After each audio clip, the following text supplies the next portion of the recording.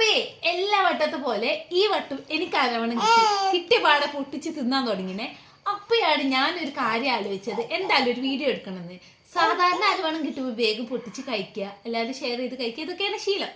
പക്ഷെ ഇപ്രാവശ്യം ഞാൻ വീഡിയോ എടുക്കാനുള്ള കാരണം എന്താന്ന് വെച്ചാൽ, നമ്മളെ മലപ്പുറത്തേരെ കുറിച്ചിട്ട് പല എന്താ പറയുക ഇല്ലാത്ത കഥകളും പറഞ്ഞുകൊണ്ടിരിക്കുന്നുണ്ട്. മലപ്പുറത്തുള്ള ആളുകളൊക്കെ പുറത്തുള്ള ചില ആളുകൾ പറഞ്ഞു പറ്റുന്ന ഒരു കാര്യമാണ്, ഇവിടെ തൊപ്പിയും തലപ്പാവും എന്താ പറയുക താടിയൊക്കെ ഉള്ള തീവ്രവാദികൾ ജീവിക്കുന്ന ഒരു സ്ഥലം എന്നുള്ള രീതിക്ക് പല ആളുകളും പറഞ്ഞു പറ്റുന്നുണ്ട്.